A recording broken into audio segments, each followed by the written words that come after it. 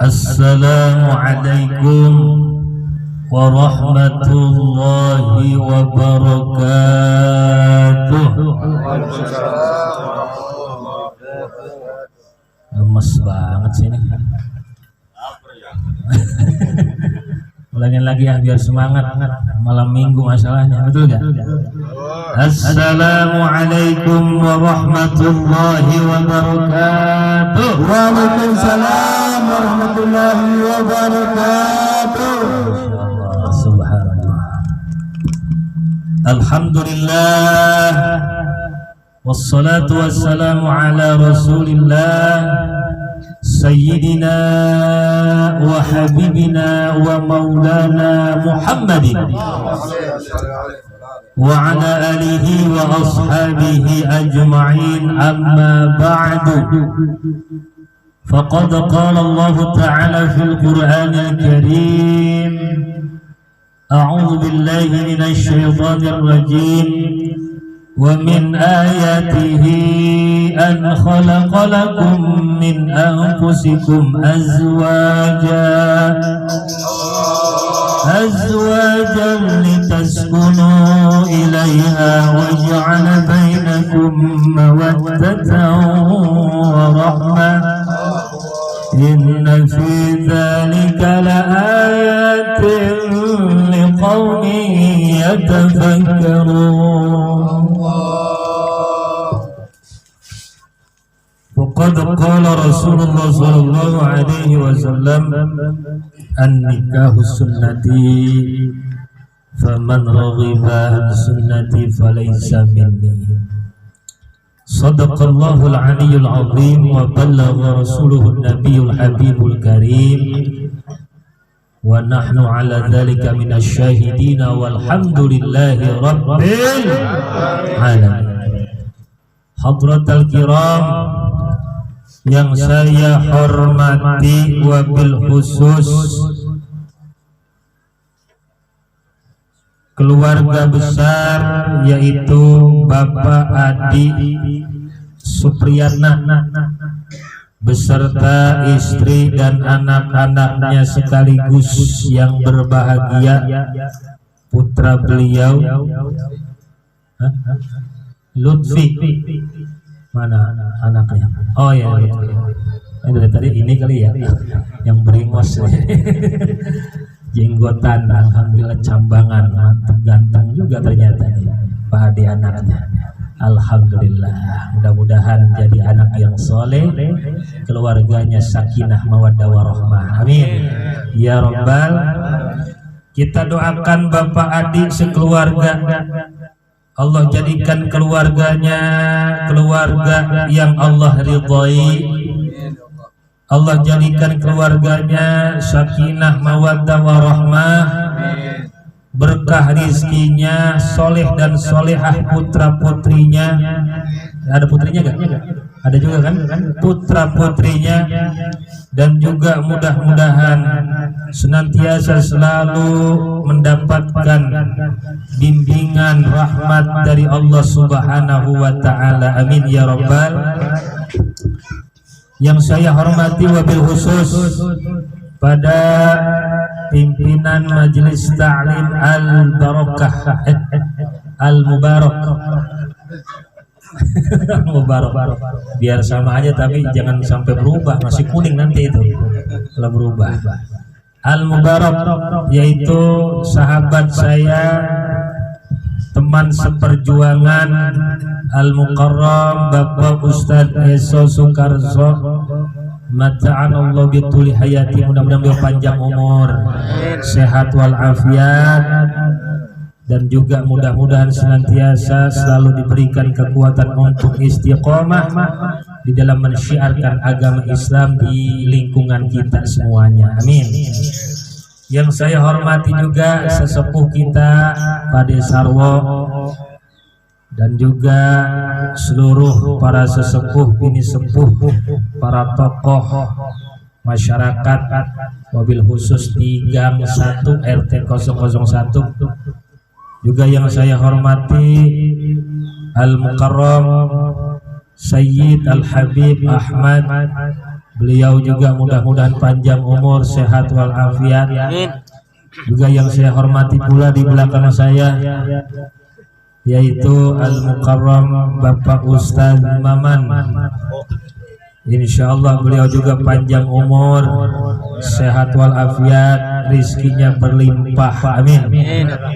Juga yang saya hormati pula yaitu Al-Mukarram Bapak Ustadz Ibro, belum Bapak ya teman. Ya, saudara Ustadz Ibro, rada canggung banget ngomong Ustadz ya, dah belum kawin masalahnya, belum nikah. Betul. Hari ilmunya mah udah nggak diragukan lagi, betul. Tapi belum nikah mah belum sah jadi ustadznya gitu. Mudah-mudahan beliau juga segera diberikan oleh Allah Subhanahu wa taala jodoh. Amin. Ya Rabbal, panjang umurnya, sehat jasmani dan rohaninya, dan mudah-mudahan senantiasa selalu berada dalam keberkahan dari Allah Subhanahu wa taala. Juga yang saya hormati para jamaah, para tamu undangan, para tetangga yang hadir dalam acara tasyakuran, yaitu walimatun nikah, syukuran pernikahan, betul kan? Yaitu Ananda Lutfi dengan Kiki ya.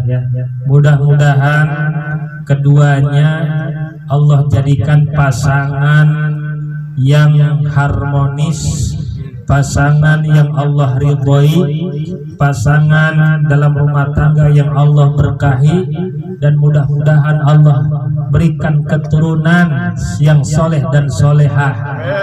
Allah berikan rumah tangganya rumah tangga yang penuh dengan ridha Allah, sehingga rizkinya berkah berlimpah, dan mudah-mudahan Allah Subhanahu wa taala menjadikan keluarganya langgeng dari dunia sampai surga, amin ya Rabbal.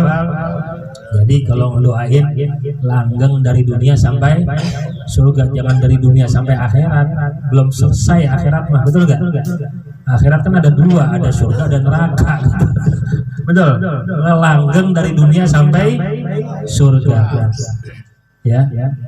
Juga semuanya yang hadir di sini, semuanya insyaallah kita semuanya yang hadir mudah-mudahan senantiasa hidup kita selalu berada dalam rahmat dan barokah dari Allah. Keluarga kita juga semuanya senantiasa selalu berada dalam bimbingan Allah. Putra putri kita, anak-anak kita Allah jadikan putra putri yang soleh dan solehah, dan kita semua yang hadir di sini mudah-mudahan Allah jadikan sebagai penghuni surganya, amin ya Allah ya Rabbal alamin. Alhamdulillah, puji dan syukur kita panjatkan kehadirat Allah. Pada malam hari ini kita hadir dalam rangka acara tasyakuran walimatun nikah, yang alhamdulillah telah sama-sama tadi kita laksanakan rangkaian acara dari zikir, doa, dan juga membaca maulid Rasulullah SAW. Mudah-mudahan ini keberkahannya buat kita semuanya, khususnya buat pengantin ya, yaitu Ananda Lutfi dan Kiki, dan juga sholawat serta salam mudah-mudahan senantiasa selalu terlimpah curahkan kepada junjungan baginda Nabi besar Muhammad SAW yang menjadi wasitatul uzma, sebagai perantara yang agung tersampaikannya risalah dan wahyu dari Allah Subhanahu wa taala untuk umat manusia, sehingga manusia hidupnya menjadi makhluk yang paling dimuliakan oleh Allah Subhanahu wa taala.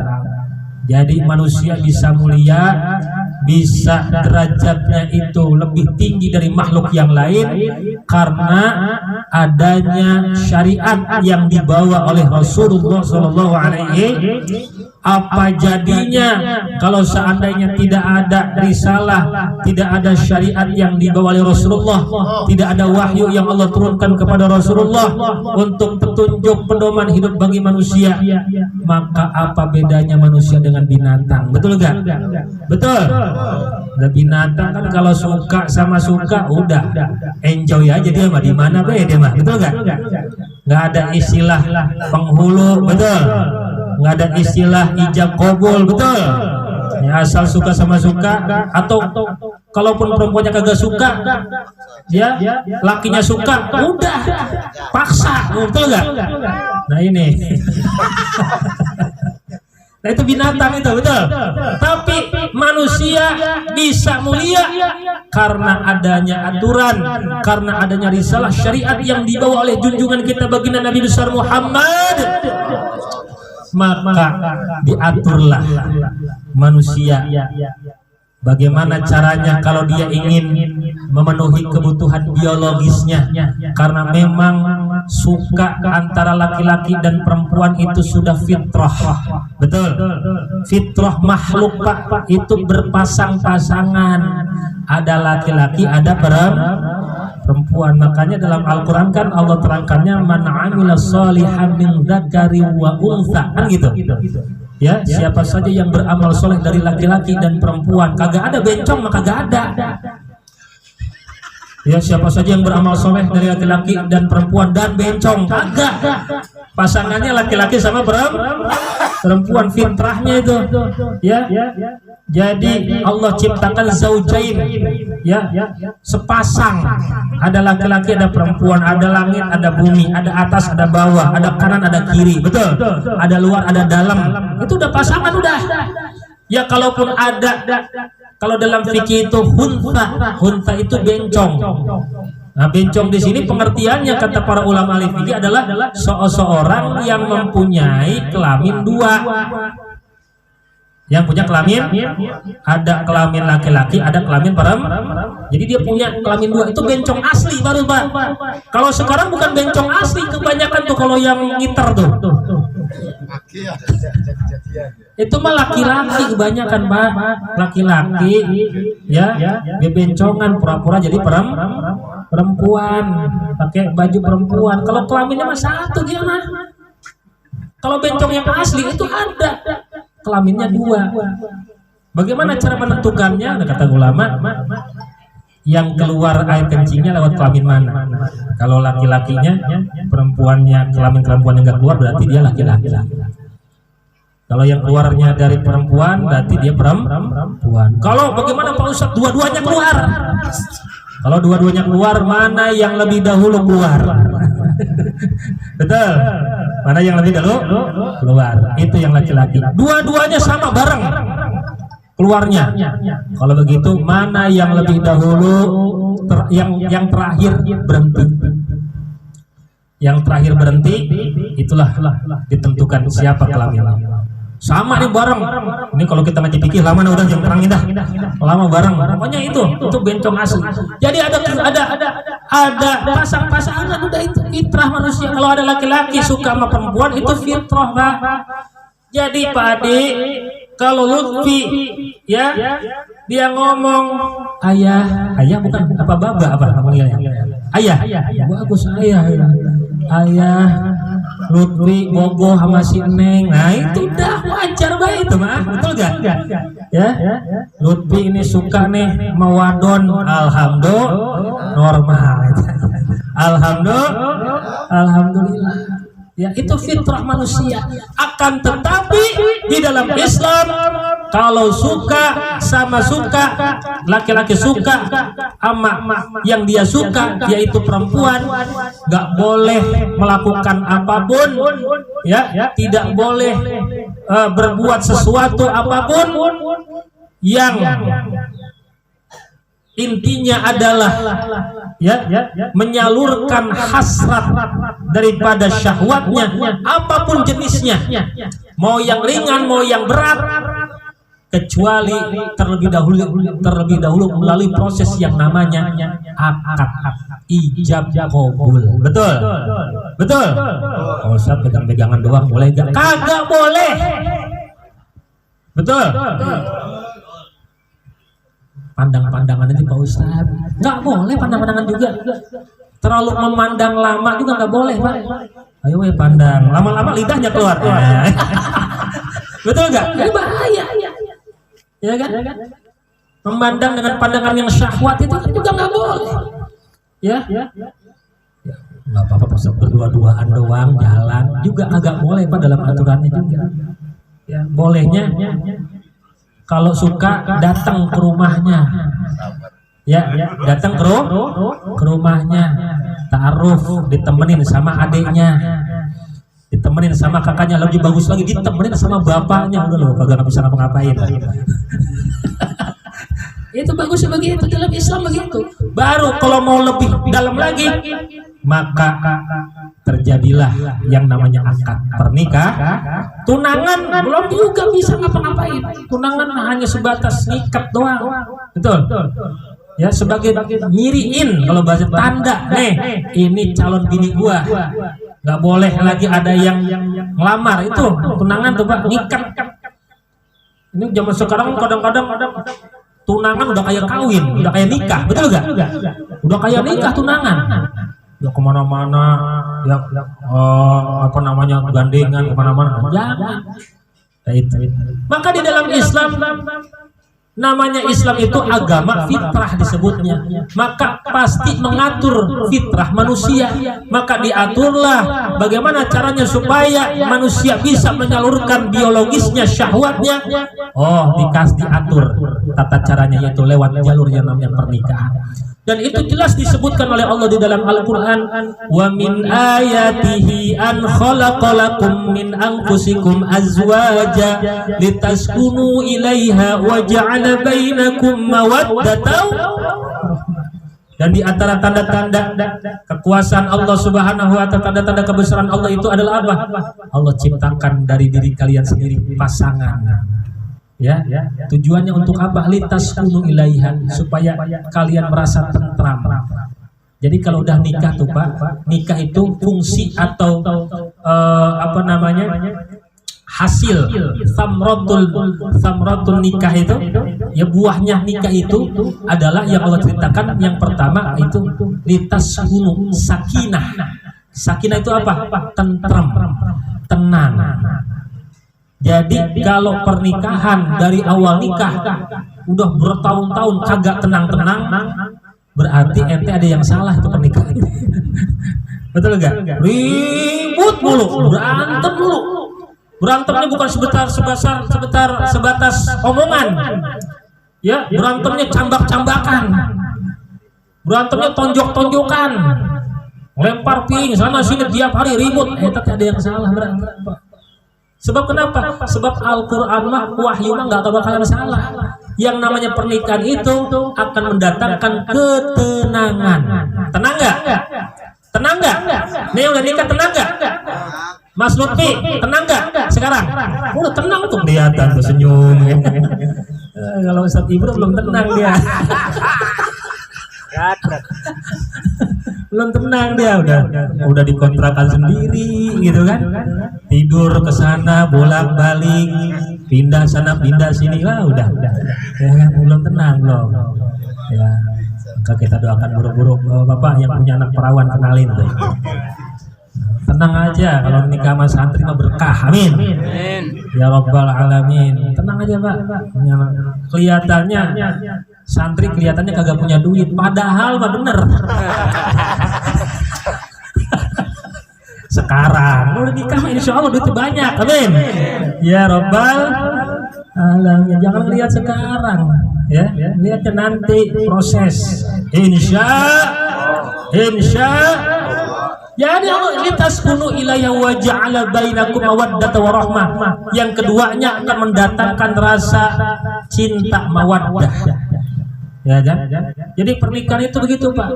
Ya, maka akan ada ketenangan, akan ada rasa cinta di dalamnya, dan juga akan ada rasa sayang. Insya. Maka saya tadi katakan kalau tidak ada tiga ini, tidak ada sakinah, ketenangan, tidak ada rasa cinta di dalamnya, tidak ada rasa sayang.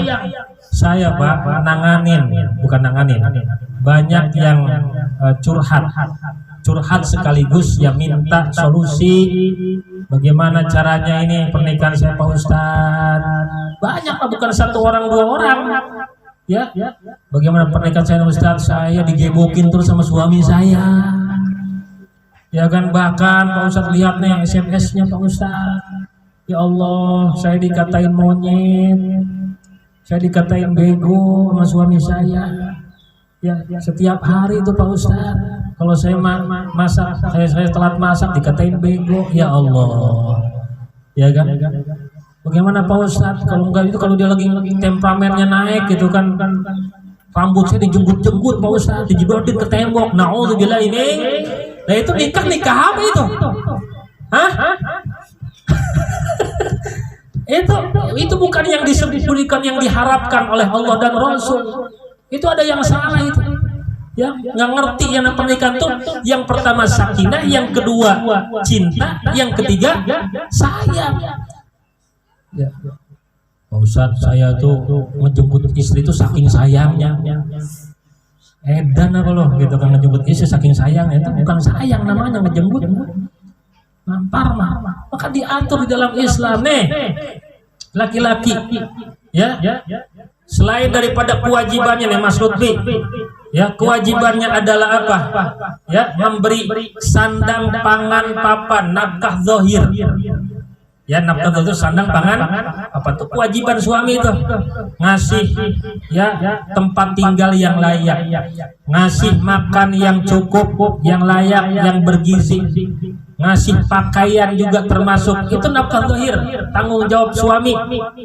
Ya, nafkah batin termasuk diantaranya adalah nafkah batin apa? Yang kaitannya, kalau nafkah batin yang Bapak maksud udah pada ngerti dah itu. Ya kan? Nafkah batin di sini lebih kepada nafkah batin yang urusannya dalam urusan rohani, keimanan, ya pendidikan agama, adab, akhlak, ya pendidikan agama nih. Kalau istri masih belum bisa sholat, istrinya ajarin sholat. Kalau istri belum bisa baca Quran, ajarin baca Quran. Kalau istrinya masih membuka aurat, ajarin supaya nutup aurat. Itu namanya nafkah batin. Nafkah batin bukannya cuman di atas ranjang doang, nafkah batin. Ya, nafkah batin itu adalah yang berkaitan tentang urusan-urusan akhirat. Itu tanggung jawab. Kenapa? Karena pernikahan hakikatnya akan dipertanggungjawabkan oleh Allah nanti di akhirat. Betul. Qu anfusakum ya ayyuhalladzina amanu qu anfusakum wa ahlikum nara. Hai orang-orang yang beriman, qu anfusakum, jagalah diri kalian. Hai para suami, jaga diri kamu. Wa ahlikum, dan juga keluargamu. Siapa keluargamu itu? Istri dan anak-anak. Apa maksudnya? Adibuhum wa allimuhum, ajarkan mereka akhlak, ajarkan mereka ilmu agama. Ya, jaga daripada naro api neraka dengan cara mengajarkan mereka adab, akhlak, mengajarkan mereka tentang agama. Maka punya kewajiban tuh seorang ayah, seorang suami. Kalau seandainya dia nggak cukup waktunya atau tidak cukup ilmunya untuk mendidik, suruh istrinya, mah, kamu kan belum sholatnya masih belum benar tuh, ngajinya baca ngomong, ngaji sana sama ustazah, ngaji, jangan di rumah baik, begitu Pak. Ya, ini istri di rumah aja ngaji kagak bisa, diantep baik, tanggung jawab dunia akhirat itu. Betul, tanggung jawab di akhirat nanti tuh punya suami. Kalau istri gak bisa ngaji, kalau istri belum bisa sholat, berat. Rumah tangga tuh berarti di situ Pak. Kalau makan sandang pangan papan mah binatang juga bisa, betul gak? Lah iya, sandang pangan papan Pak, binatang itu bikin kandang, bikin apa namanya, sarang, betul gak? Ngasih makan ke anak-anaknya sama. Tapi bedanya dengan manusia mah punya tanggung jawab apa? Batin iya, urusan iman, tanggung jawabnya. Apalagi wala tadribil wajha, jangan mukul muka. Sama Lutfi ya, sama istri nggak boleh. Ya mukul muka gini, Pak, biar pelan juga mukul muka itu nggak boleh. Sayang, jangan. Nanti kalau dia ngadu sama orang tuanya, Pak, saya ditampar Pak. Padahal gini doang, gitu, nggak kencang. Ditampar Pak. Iya. Kalau mau diteke. Kalau diteke, dijitak. Kalau dijitak, Pak, saya kan dijitak, hati mbak dijitak. Enggak, bohong, nggak boleh. Mukul wajah nggak boleh, apalagi ngejitak nggak boleh. Kalau mau mukul itu, ya, kalaupun dipukul, pukul itu alternatif yang paling terakhir. Itu pun ghairu mubarrih, tidak melukai dan tidak menyakiti. Coba tuh, bagaimana tuh caranya? Ayo, dalam Islam mukul boleh Pak Ustadz? Boleh, diajarin sama Nabi. Anak umur 7 tahun suruh sholat, 10 tahun suruh sholat, belum mau sholat juga pukul. Tapi pukulnya ghairu mubarrih, jangan sampai melukai. Paham? Istri begitu juga diajarkan oleh Allah dalam Al-Quran, wallati takhafuna nusuzahunna. Kalau kita punya istri terus dia berbuat nusuz itu adalah yaitu melakukan satu perbuatan yang melanggar syariat, atau termasuk diantaranya kagak nurut sama suami, ya kan? Disuruh suami, ayo mah nemenin ayah malam kan. Ini kan malam sepi banget, ini hujan lagi gitu kan. Agak mau udah tidur sana, dewekan sana sendiri, dan nusus itu namanya. Nusus tuh. Setiap diajakin agak mau, nusus tuh. Ya, nggak boleh begitu. Caranya bagaimana? Jangan langsung pukul, fa'izuhunna, nasihatin. Nasihatin. Udah nasihatin kagak mau juga. Wahjuruhunna fil madaji. Udah, pisah tempat tidur. Bisa tempat tidur. Kamu nggak nurut mah udah, kamu jangan tidur bareng dulu sama saya.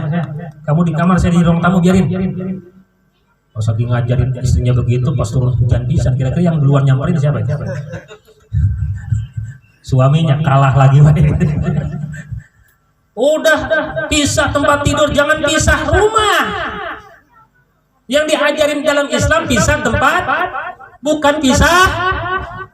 Ini mah lagi marah sama istrinya, pisah rumah, nginep di rumah tetangga lagi.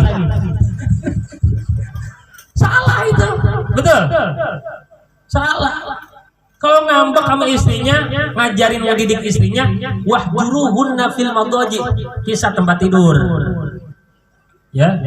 Kalau masih belum bisa juga, baru wadribuhunna, pukul tuh istrimu. Pukulnya juga bukan pukul muka. Pukul hanya sebatas untuk memberikan bukti ketegasan kita sebagai seorang suami. Mah, sini. Kamu kok nggak nurut-nurut juga? Pukul pantatnya. Pak. Gitu. Udah ditepak pantatnya, masa kan? Oh, udah kalah lagi wae laki-laki. Yang masih bujangan cicing we lah, nggak usah ikut ketawa sih, artinya kagak. Itu diajar nggak boleh tuh. Suami nggak boleh yang namanya apa? Mukul. Ya Allah, ini apalagi dicambak, diseret, diinjek. Ada yang begitu Pak Ustadz? Lah, saya Pak sering nanganin kasus begitu. Ya, di kantor. Bahkan kemarin ada yang ngajak janjian lagi di luar. Ya orang mampu mungkin kan. Pak Ustadz, saya pengen minta solusi ke Ustadz, kita janjian di warna-warni. Waduh, bilang ibu sendiri nggak berani saya kalau ibu sendiri. Ibu harus ngajak mau, kita kan harus ngajak temennya kayak, ya kalau sendiri saya nggak berani. Akhirnya janjian kita di sana, diceritain Pak, luar biasa, masya Allah. Saya bilang kalau memang ini sudah berjalan lama dan dia terus-terusan seperti itu, langsung ibu ke pengadilan. Gugatan cerai. Itu kan nggak bener.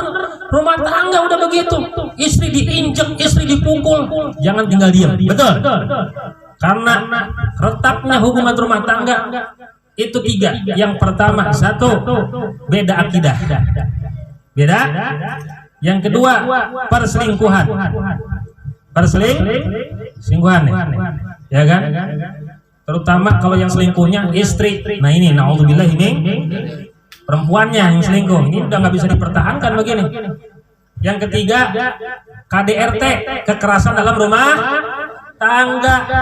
Jangankan ya di dalam agama Islam, dalam hukum negara pun ini fatal akibatnya. Sebab ini masuk kepada pidana, betul gak? Pidana apa? Di dalam Islam juga diatur. Model begini nih, suami-suami begini temperamental. Oh, hati-hati, jangan. Perempuan apa? Jangankan dipukul, nggak usah dipukul pak perempuan mah. Dicuekin aja nangis. Betul? Betul? Dicuekin aja nangis.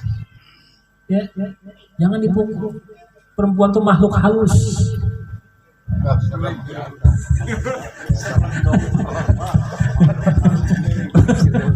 Perempuan makhluk halus, ya. Kalau laki-laki makhluk kasar. Ya. Begitupun perempuan juga harus bisa menjadi wanita yang didambakan, yang dirindukan oleh suami. Betul? Ya, istri yang dirindukan sama suami yang bagaimana? Istri yang solehah. Istri yang solehah bagaimana Pak Ustadz? Apakah yang ngajinya rajin? Ya, setiap hari ngaji, ada pengajian dia setiap hari Senin ada pengajian. Bahasa nggak ada pernah di rumah dia. Ya kan, ngaji terus. Apa yang begitu Pak Ustadz? Apakah istri yang solehah itu adalah yang sholat tahajud tiap hari? Apakah yang puasa Senin Kamis? Apa yang baca Quran tiap hari? Itu termasuk salah satunya itu. Termasuk itu. Ya. Tapi yang Allah ceritakan yang paling inti adalah dalam Al-Quran, istri yang soleha itu adalah fasolihatu qanitatun hafidhatul lil ghaib bima hafidhallah. Istri yang soleh itu adalah istri yang qanitat, muti'atu lillahi war rasul wal azwaj, taat kepada Allah, taat kepada Rasul, taat kepada suami.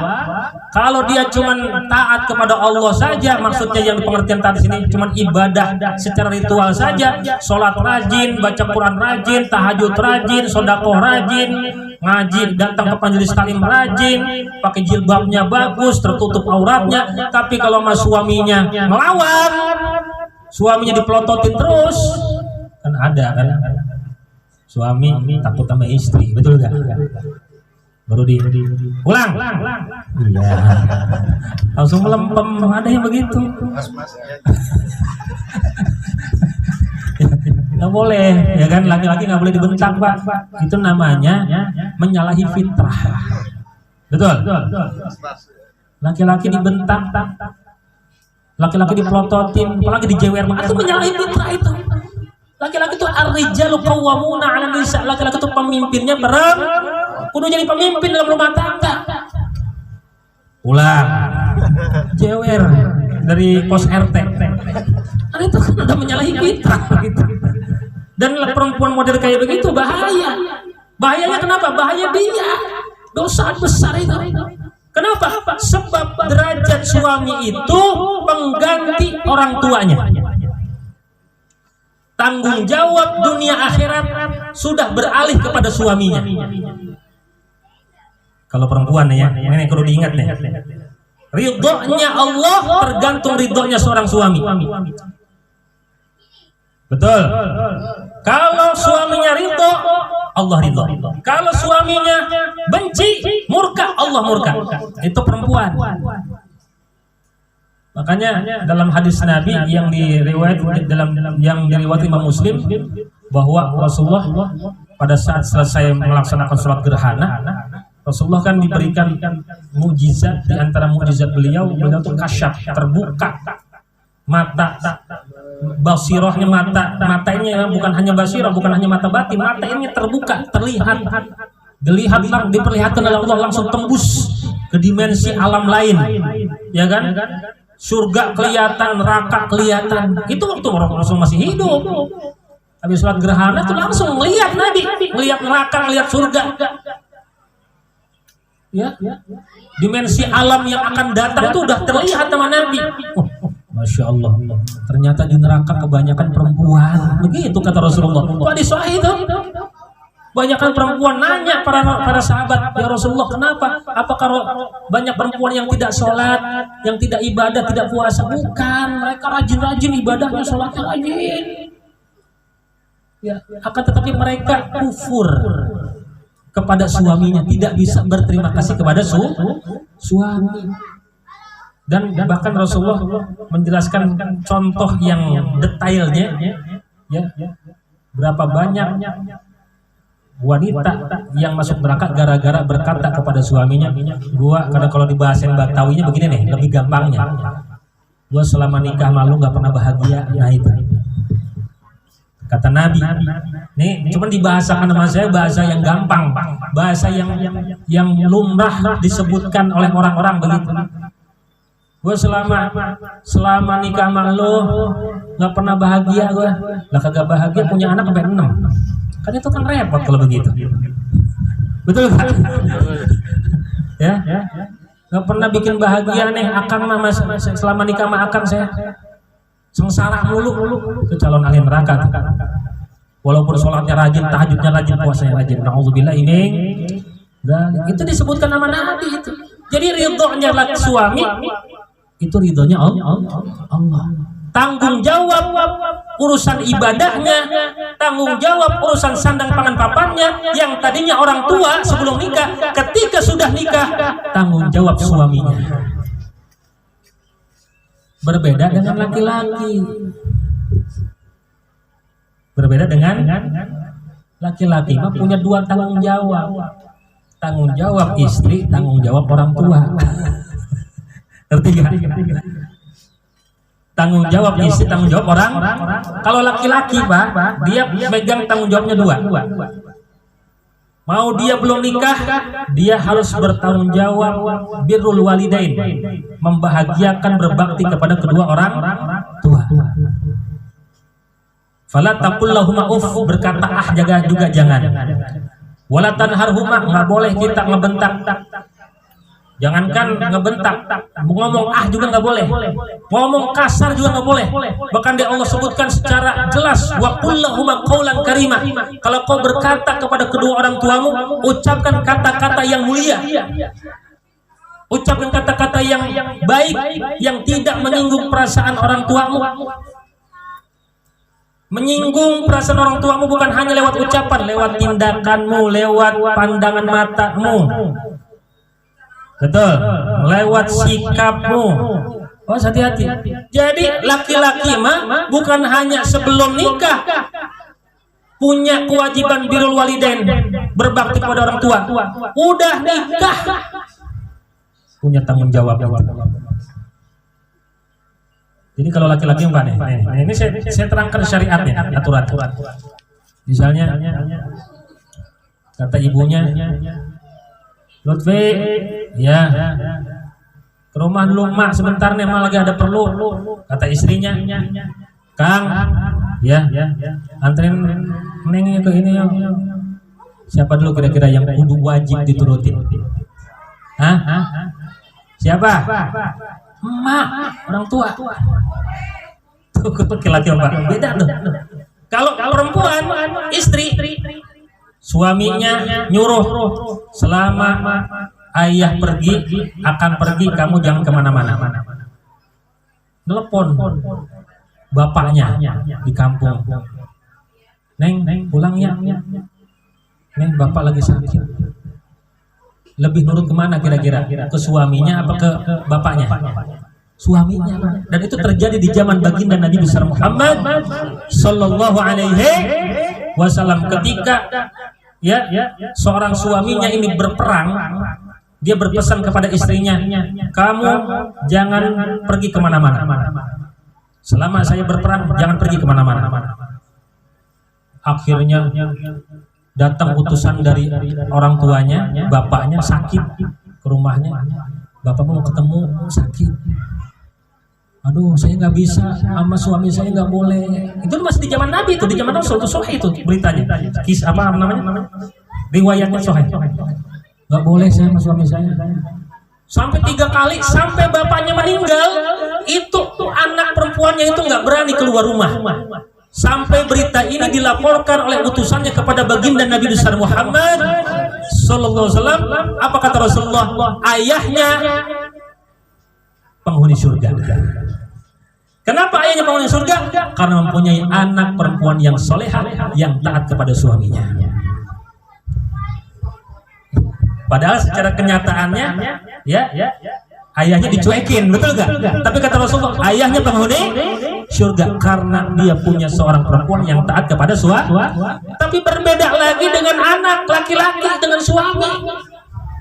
Ini mohon maaf ini karena saya berbicara tentang syariat. Suami, tahu Bapak Alqamah? Tahu Alqamah nggak? Alqamah itu sahabat Rasulullah Shallallahu Alaihi Wasallam yang sholatnya rajin, puasanya rajin, sodakohnya rajin. Pokoknya di sini kagak ada yang kayak Alqamah. Ya, derajat ibadah kita kalau dibandingkan dengan sahabat-sahabat Nabi terdahulu nggak ada apa-apanya, Pak. Kita mah nggak ada apa-apanya. Sahabat-sahabat dulu namanya sodako, benar-benar sodako disebut sebagian harta, sebagian Pak, setengah harta dari hartanya. Kalau kita kan bukan sebagian, betul nggak? Kalau kita mah sedikit, bukan sebagian, betul? Sedikit, udah sedikit, diambil lagi yang sedikit. Kalau sahabat Nabi menginfakkan sebagian hartanya, kalau sekarang kan cuma bahasa doang sebagian hartanya, bukan sebagian, kita sebagian setengah. Kalau kita punya duit 100 juta, 50 juta, begitu dulu sahabat. Kalau kita bukan enggak. Makanya kalau disebut sahabat Alqamah rajin sholatnya, rajin, emang benar-benar luar biasa Pak, orang soleh. Tapi ternyata ketika dia sakit meninggal susah mengucapkan 2 kalimat syahadat, kagak mati-mati Pak. Syahadat. Na'udzubillahi min. Mudah-mudahan kita semuanya ini diberikan oleh Allah Subhanahu wa taala kemudahan dalam sakaratul maut. Amin. Ya kan? Sampai datang utusan kepada Rasulullah. Alqamah ya Rasulullah. Kenapa Alqamah? Susah matinya ya Rasul, padahal udah dibimbingi syahadat nggak bisa nyebutkan. Apa kata Rasulullah? Oh ya sudah kalau begitu, masih adakah ya orang tuanya? Ada ya, cuma sepasang. Siapa? Ibunya. Kalau begitu bilang ke ibunya, kalau dia mampu pergi ke sini menghadap saya, silakan menghadap. Kalau tidak mampu saya yang ke sana. Akhirnya utusan datang ke ibunya, ibunya malah yang bilang saya yang harus wajib ke Rasulullah. Karena karena beliau berhak untuk saya datangi, bukan beliau mendatangi. Ibunya walaupun pakai tongkat Pak, itu adabnya begitu. Betul nggak? Adabnya itu dari zaman dulu. Datang kepada Rasulullah sallallahu alaihi wasallam. Kata Rasul tanya, ibu, engkau ada masalah apa dengan Alqamah? Ini sampai sekarang belum bisa mengucapkan 2 kalimat syahadat. Ya Rasulullah, ya anak saya ini Alqamah memang rajin sholatnya, sodakonya rajin, puasanya rajin, tapi dia lebih memilih, lebih memperhatikan istrinya daripada saya. Kesalahannya padahal cuma satu kali. Pada saat Alqamah ini dalam satu riwayat itu membeli pakaian. Yang pakaiannya lebih bagus istrinya daripada ibunya. Dari sebagian riwayat lain makanan. Ketika ibunya mau memakan sesuatu yang dibawa oleh Alqamah bilang, jangan dulu dimakan, istri saya belum makan mah. Ibunya sakit hati. Itu gitu doang itu padahal. Ibunya sakit hati. Dengan sakit hati ibunya itu, murka ibunya itu, Alqamah sampai nggak bisa mati, baca syahadatnya kagak bisa. Makanya saya bilang tadi, durhaka kepada orang tua bukan hanya lewat ucapan, lewat sikap kita, lewat pandangan mata kita. Jangan sampai orang tua nangis gara-gara tersinggung, gara-gara sakit hati kepada kita, dari kita. Kalau bisa orang tua nangis gara-gara bahagia mempunyai anak seperti kita. Begitu. Betul gak? Orang tua kita boleh nangis, boleh. Disebabkan kita, boleh. Tapi sebabnya bahagia karena punya anak kita. Alhamdulillah Lutfi, mama bangga punya anak Lutfi soleh, alhamdulillah. Nangis ibunya gara-gara punya anak Lutfi yang soleh. Amin ya Rabbal. Jangan sampai nangis gara-gara sakit hati. Na'udzubillahi min. Kalau ibunya belum ridho, hati-hati. Maka perempuan dia harus lebih taat kepada suaminya. Laki-laki seorang suami jangan lupa kepada orang tuanya. Birru aba'akum taburrakum abna'ukum.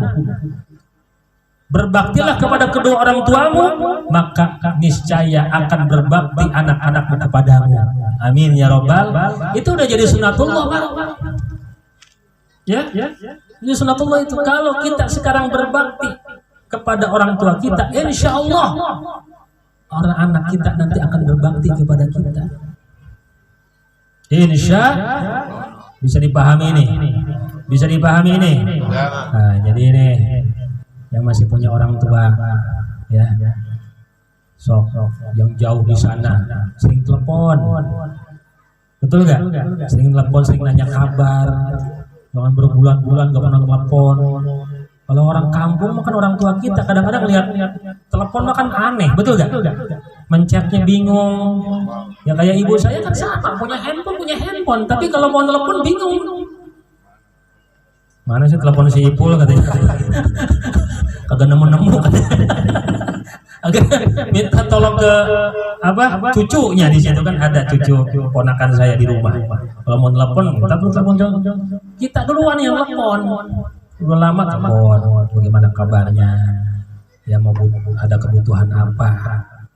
Ya, jangan sampai orang tua yang minta kebutuhannya, ya kan? Kita dulu yang nawarin. Ya. Atau kalau bisa paling tidak kita kasih setiap bulan dari penghasilan kita kepada orang tua kita. Kenapa? Walaupun orang tua kita nggak butuh, dia punya penghasilan sendiri, tapi itu adalah sebagai jalan supaya orang tua kita ridho. Betul nggak? Orang tua biar kata sedikit nih, biar kata sedikit dikasih nih, ya kan? Seneng Pak, betul. Walaupun dia punya duit, tapi dikasih dia seneng. Aduh alhamdulillah, doanya ngebrebet, betul gak? Nggak usah kita ngomong, Kak doain mak, doain biar sukses, nggak usah, kasih duit, doanya ngebrebet langsung. Betul? Kita kasih duit, kita kasih amplop, mak buat jajan. Mudah-mudahan rezekinya berkah, tambah sukses, anaknya soleh-solehah. Satu lagi mak doain biar kawin lagi, amin. Pas ngomong gitu agak aku berdoain katanya. Ibu saya kan gitu Pak, gitu kan, kata mak kawin lagi, enggak, gitu, kagak gua doain kata kawin lagi mak katanya, biarin dewek sorangan katanya doanya. Amin ya Rabbal alamin. Mudah-mudahan apa yang disampaikan ada manfaat buat kita semuanya. Amin. Kurang lebihnya saya mohon maaf. Langsung doa. Allahumma shalli wa sallim wa barik ala sayyidina wa habibina syabina wa karimina maulana Muhammad. Wa sallim radhiyallahu tabaraka wa ta'ala an kulli sadatina ashabi rasulillahi ajma'in. Alhamdulillahi rabbil alamin hamdan yuwafi ni'amahu wa yukafi mazidah. Ya Allah ya Rabbana lakal hamdu kama yanbaghi li jalali wajhika wal karim wa li 'azimi sultanik. Allahumma shalli ala sayyidina Muhammadin wa ala ali sayyidina Muhammad. Allahumma ij'al wa awsil وما قرأناه أذن إلى روي مرتضى بن أسباس وإلى روي أسباس بن فلان وإلى روي هدي محمد بن أسباس وشان بنت أسباس وسيد بنت سينيا وسرقن بنت فلان وأسر بن فلان وحسن بن فلان ونقل أذن بن سويندر وأبا سكتما بن فلان وديوزد بن أبا سكتما وأتت وياتي بنت ولم الله مغفر لهم وارحمهم وعافهم واعف عنهم واجعل قبرهم روضة من رياض الجنة ولا تجعل قبورهم حفرة من حفر النيران وقهم فتنة القبر وعذاب النار وقهم فتنة القبر وعذاب النار وقهم فتنة القبر وعذاب النار. اللهم إن اللهم ربنا تقبل منا إنك أنت السميع العليم وتب علينا إنك أنت التواب الرحيم. اللهم أنزل من السماء بركة ورحمة ومعونة علينا ولجمعنا خصوصا في هذا المكان من الحاضر والحاضرات وعموما من المسلمين والمسلمات. ربنا هب لنا من أزواجنا وذرياتنا قرة أعين واجعلنا للمتقين إماما. ربنا هب لنا من أزواجنا وذرياتنا قرة أعين واجعلنا للمتقين إماما. ربنا آتنا في الدنيا حسنة وفي وفي الآخرة حسنة وقنا عذاب النار وصلى الله على سيدنا محمد وعلى آله وصحبه وبارك وسلم سبحان ربك رب العزة عما يصفون وسلام على المرسلين والحمد لله رب العالمين. الفاتحة. أعوذ بالله من الشيطان الرجيم. بسم الله الرحمن الرحيم. الحمد لله رب العالمين الرحمن الرحيم مالك يوم الدين إياك نعبد وإياك نستعين اهدنا الصراط المستقيم صراط الذين أنعمت عليهم غير المغضوب عليهم ولا الضالين. آمين. يا أرحم الراحمين يا أرحم الراحمين يا أرحم الراحمين اللهم بحق الفاتحة وبشر الفاتحة وبالمعجزات الفاتحة يا فارج الهم يا كشف الغم نعم يرحم وهو بها سبحانك وتجد بها سلام الحمد لله رب العالمين.